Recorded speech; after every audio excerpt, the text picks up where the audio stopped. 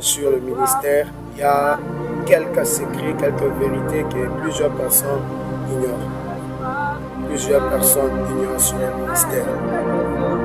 La puissance, le miracle, le guérison, la prophétie, prêcher la bonne nouvelle, ce n'est pas le fruit de la force d'une personne.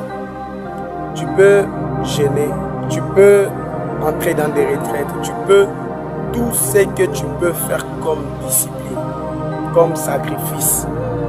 Cela n'active pas le miracle, ni la prophétie, ni la guérison. Ça n'active pas ça.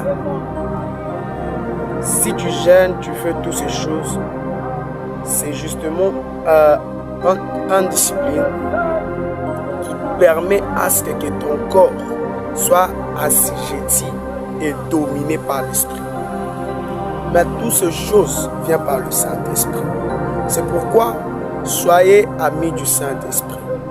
Ne soyez pas amis de jeunes et des retraites. Soyez amis du Saint-Esprit. Le ministère, la croissance du ministère, l'élévation du ministère, le changement, la puissance dans le ministère ne dépend pas de la dimension de tes jeunes et de tes retraites. Mais ça dépend de la dimension de ta relation avec le Saint-Esprit.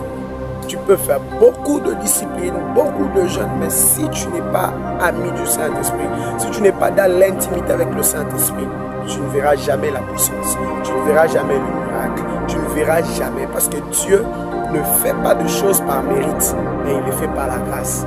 Et la grâce vient au travers du Saint-Esprit. La grâce vient au travers du Saint-Esprit. La grâce ne vient pas au travers de tes disciplines.